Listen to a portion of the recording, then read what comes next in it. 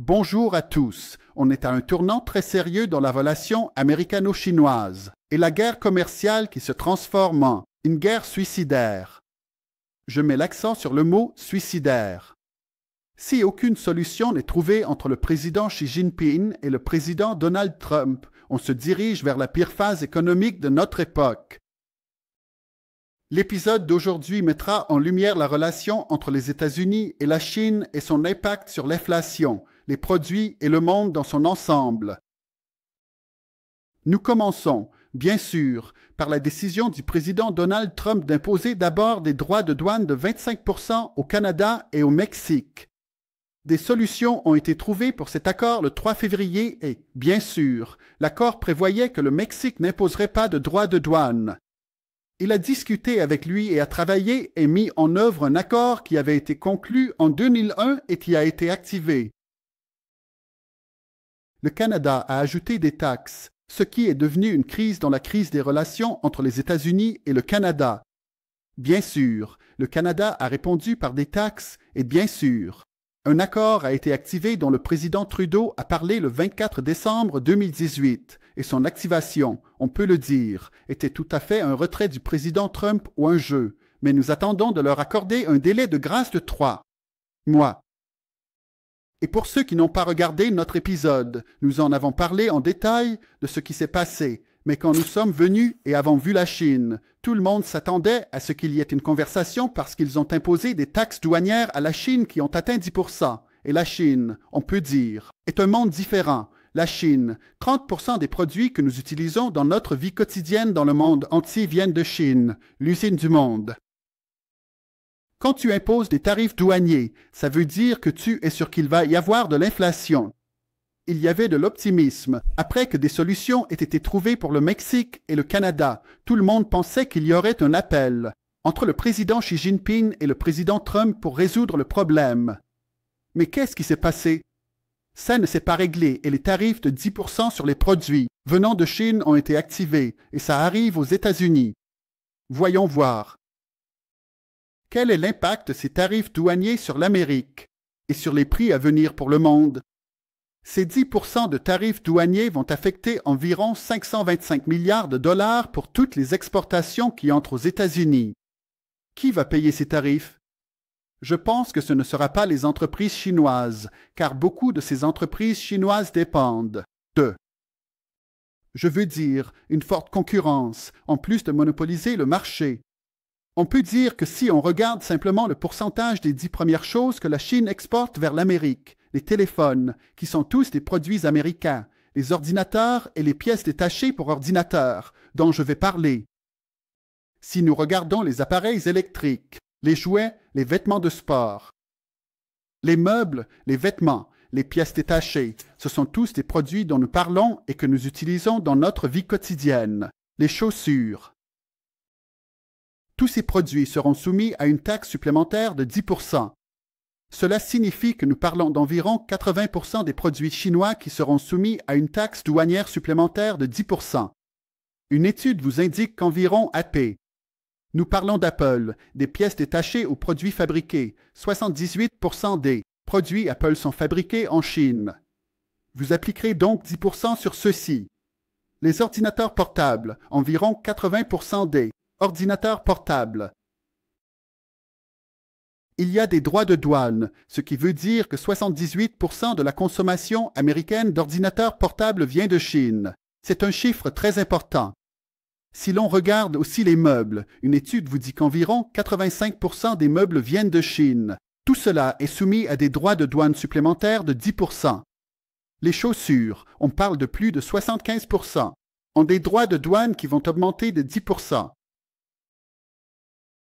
Ça te donne l'impression qu'il y a des hausses de prix à venir. Qui va payer ces tarifs douaniers? Est-ce que ce sera la Chine ou l'Amérique? Je pense, et c'est juste mon avis, que ce sera l'Amérique, parce que la Chine va réagir avec fermeté, et ce ne seront pas les entreprises qui vont payer, mais plutôt les citoyens américains. Bien sûr, l'une des choses qui se sont produites dans le même ordre d'idées a été l'activation des taxes républicaines, et au même moment, le secrétaire d'État Marco Rubio était en visite au Panama.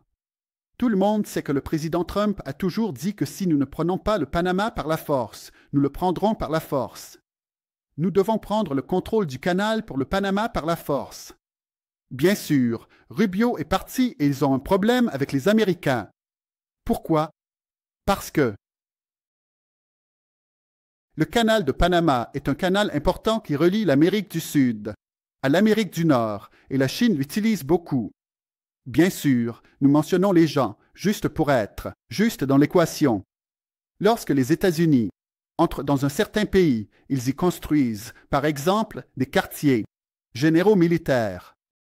Quand la Chine veut s'étendre dans un pays, que fait-elle?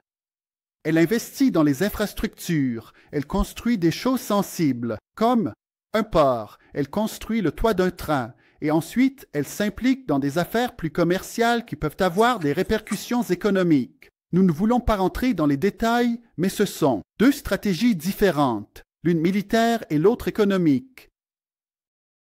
Bien sûr, lorsque le Panama est entré en Chine, il a fait de très gros investissements. Il a fait des investissements dans le port appelé Crystal Bowl.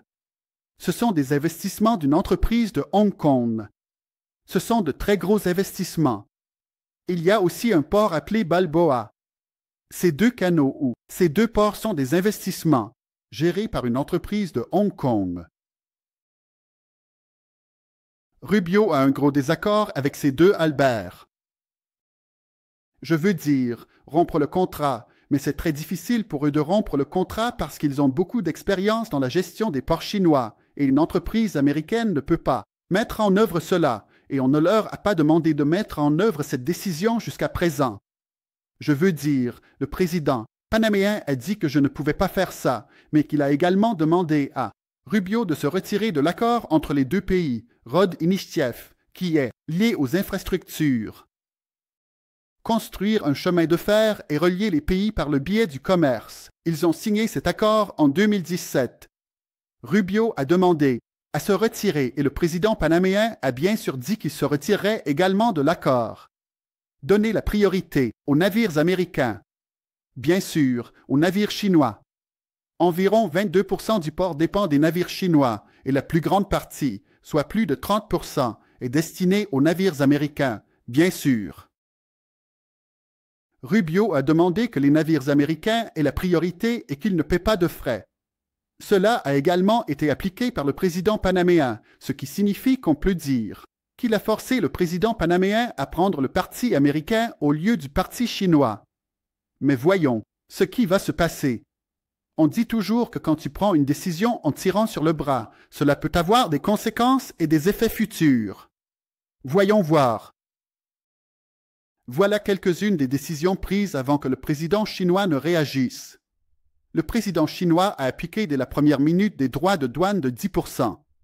Le président Xi Jinping a demandé au gouvernement d'imposer des droits de douane de ce type, nous pouvons dire 10% pour le pétrole, les matières premières agricoles ou les matières premières agricoles. Et laissez-nous vous montrer, par exemple, quels sont ces effets. Bien sûr, si nous prenons le pétrole brut, bien sûr, ne vient que de Chine, ce qui signifie que 2% proviennent des États-Unis, soit environ 193 barils par jour, soit environ 6 millions de barils en décembre. C'est un chiffre très faible, ce qui signifie que, comme nous l'avons dit, 2% correspondait à certaines périodes en juin, alors qu'il prenait environ 1 million de barils par jour. Et regardez la baisse que cela représente, mais je peux vous dire. La Chine a d'autres grandes alternatives pour son pétrole brut, comme l'Arabie saoudite ou la Russie. À mon avis, cela ne va pas avoir d'impact sur ces marchés, mais cela va diminuer. Peut-être que l'accord sera annulé et que la Chine n'achètera plus du tout de pétrole américain. Aussi, en ce qui concerne les agriculteurs, je pense que cela a un impact énorme. Le même scénario s'est produit en 2018 lorsque le président Trump a imposé des tarifs douaniers sur la Chine. La réponse de la Chine a été d'imposer des tarifs douaniers sur les produits agricoles venant des États-Unis. Qu'est-ce qui s'est passé? Les entreprises ont cessé d'acheter des produits américains. Ça a été un coup dur pour le Brésil et comme vous pouvez le voir, ça a chuté de plus de 80%. Les pertes pour les agriculteurs ont atteint 20 milliards de dollars à cette époque et l'agriculture, c'est un secteur délicat. Pourquoi?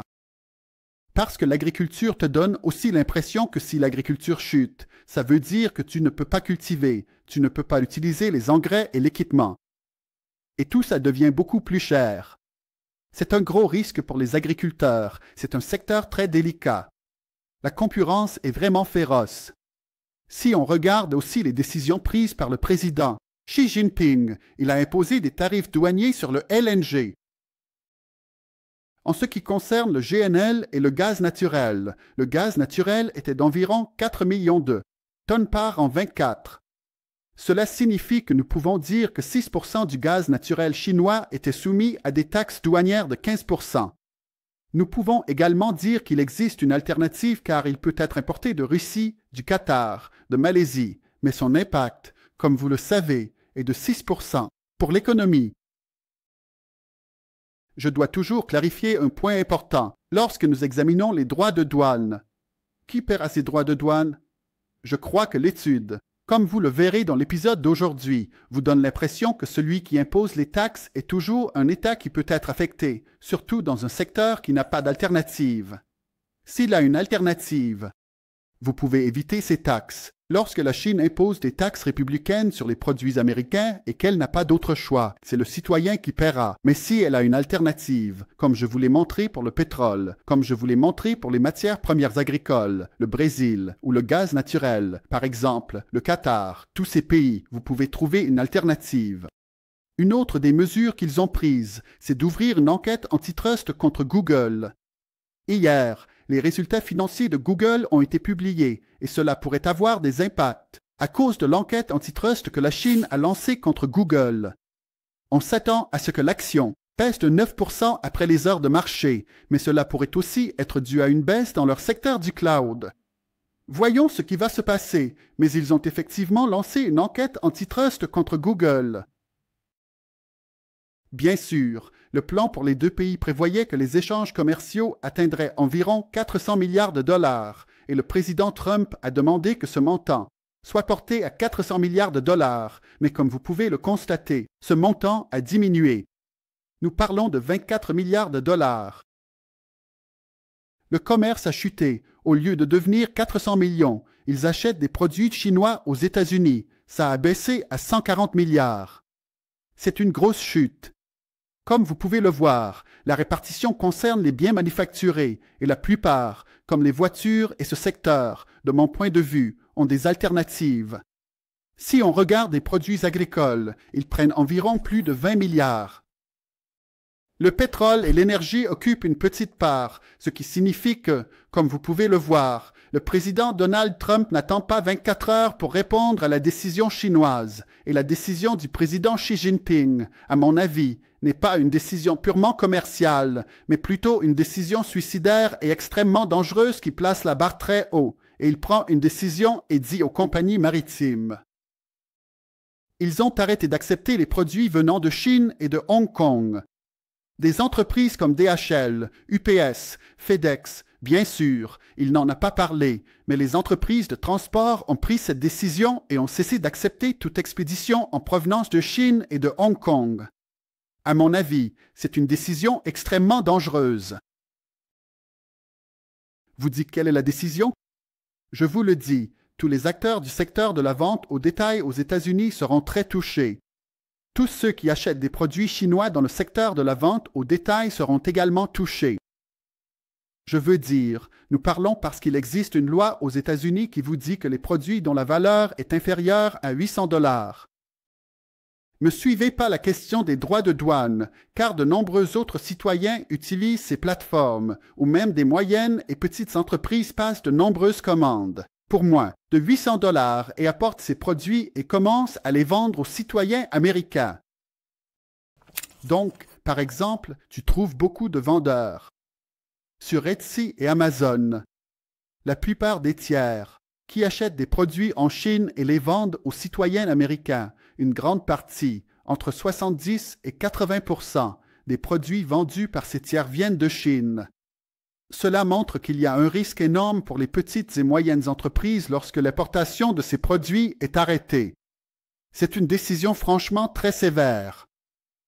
Cependant, une grande partie de la jeunesse et des gens qui achètent des vêtements bon marché dépendent de ces plateformes, car ces plateformes, comme Shein, qui est considérée comme l'une des plus importantes dans le secteur de la beauté et de l'habillement, sont des leaders en Amérique. Elles sont maintenant également interdites. Si on regarde Temu, qui appartient à Pinduoduo, elle est aussi maintenant sous interdiction, tout comme Alibaba, qui possède AliExpress. Pour vous montrer l'importance des plateformes chinoises, si nous regardons les plateformes les plus importantes en termes de téléchargement en 2024, TikTok est numéro 1. Plus de 170 millions de personnes utilisent TikTok en Amérique, dont la plupart sont des jeunes. À quel point ils se sont concentrés sur un point important. Bien sûr, l'interdiction n'a pas eu lieu, mais elle arrive de mon point de vue. Beaucoup de jeunes gagnent de l'argent grâce à TikTok. Ils utilisent TikTok comme moyen de subsistance. Ils y investissent désormais de l'argent. TikTok est entré dans le jeu et si vous l'interdisez, vous les affecterez grandement à l'étape suivante. Xiaomi, même chose. Xiaomi, la troisième plateforme de téléchargement la plus importante en 24, vous dit que les ventes ont atteint plus de 50 milliards de dollars en 24 et beaucoup d'entre eux achètent des produits sur la plateforme et les revendent aux citoyens américains. Donc, vous êtes également entré dans un secteur qui est une partie très importante des petites et moyennes entreprises. Je pense qu'il y aura une perturbation majeure dans les prochaines 24 heures en Amérique. Parce que, comme tu l'as dit, ce n'est pas seulement qu'ils sont affectés dans leurs achats, mais ça fait aussi monter les prix des alternatives, qui sont toujours plus chères que celles de la Chine. Même ceux qui ont de petites et moyennes entreprises vont être fortement impactés par cette décision. Le plus important et le plus dangereux, c'est que le président Trump n'a pas l'intention de parler au président Xi Jinping, et c'est ce qui est le plus dangereux à mon avis, ou le contraire. Le président Xi Jinping peut ne pas vouloir parler au président. Trump maintenant et vous dire « Nous n'avons pas ce qu'il faut », ce qui signifie que nous ne sommes pas pressés qu'ils se parlent. Je vous dis que vous devez vous dépêcher de vous parler, car vous mettez le monde en très grand danger. Je veux vous faire part d'une étude très importante. Loi Smoot-Halloway ou loi Turf, c'était en 1929. Il y avait une loi qui disait qu'ils voulaient imposer des droits de douane, et ils ont imposé des droits de douane aux entreprises étrangères dans plus de 25 pays pour protéger les agriculteurs et les entreprises en Amérique. Bien sûr, de nombreuses études ont été menées pour vous conseiller de ne pas imposer ces taxes. Elles ont supplié le président Hoover de renoncer à cette décision. Bien sûr, il n'a pas renoncé à cette décision et le plus grand effondrement économique s'est produit. Beaucoup de gens imputent aux taxes douanières la cause de l'effondrement de 1929. Regardez, comme vous pouvez le voir, c'était la phase des impôts et le taux d'imposition a atteint 20%. C'était un nombre très important. Maintenant, nous parlons de 17 et aujourd'hui, vous avez l'alternative, c'est-à-dire que la Chine, comme nous l'avons dit, leur impose des droits de douane et les industries américaines sont très peu nombreuses, dans de nombreux cas, ce qui signifie que nous pouvons, dans une circonstance, c'est-à-dire 2 ou 3 décisions, beaucoup de choses peuvent tomber et nous pouvons entrer dans un effondrement économique très difficile. Donc, ils doivent parler, de mon point de vue, mais je veux dire, pour parler d'une manière quelque peu optimiste, il est très important, les gars, que nous suivions ce qui se passe. J'espère que si vous aimez le contenu, vous vous abonnez et que vous soutenez ce contenu parce que vous savez, lorsque nous entrons dans cette discussion très importante, YouTube démarre, vous savez, cela l'affecte, donc j'espère que vous nous soutiendrez. À part cela, la chose très importante est que vous voyez que vous devez vous concentrer. Le cash, jusqu'à présent, mon point de vue est très dangereux parce que tout cela va alimenter l'inflation. Il faut rassurer les gens, par exemple au sein du Conseil de coopération. Mon point de vue est que les pays qui ont des relations avec 2 pays, c'est une bonne chose pour les gens qui dépendent du pétrole. Je pense que la situation des biens publics est bonne. Je ne vous dis pas de sortir des actions. Les actions sont meilleures, de mon point de vue, que le cash, même aujourd'hui, parce que l'inflation est très élevée et que les prix des produits et le pouvoir d'achat vont commencer à être affectés. Si cela n'est pas résolu, il faut être prudent et étudier la situation. Diversifier les investissements entre les pays est extrêmement important. J'espère que vous avez aimé l'épisode. Pour en savoir plus sur l'investissement, nous avons des cours en personne. Vous pouvez trouver les détails dans la description. Merci et à la prochaine.